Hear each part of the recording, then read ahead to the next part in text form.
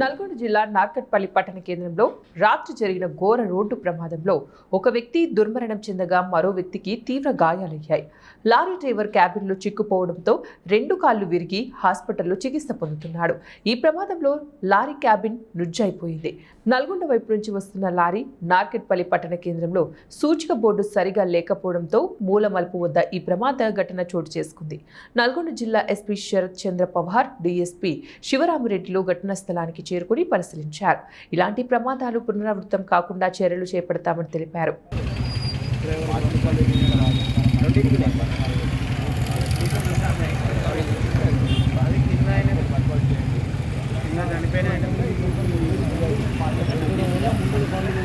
అయితే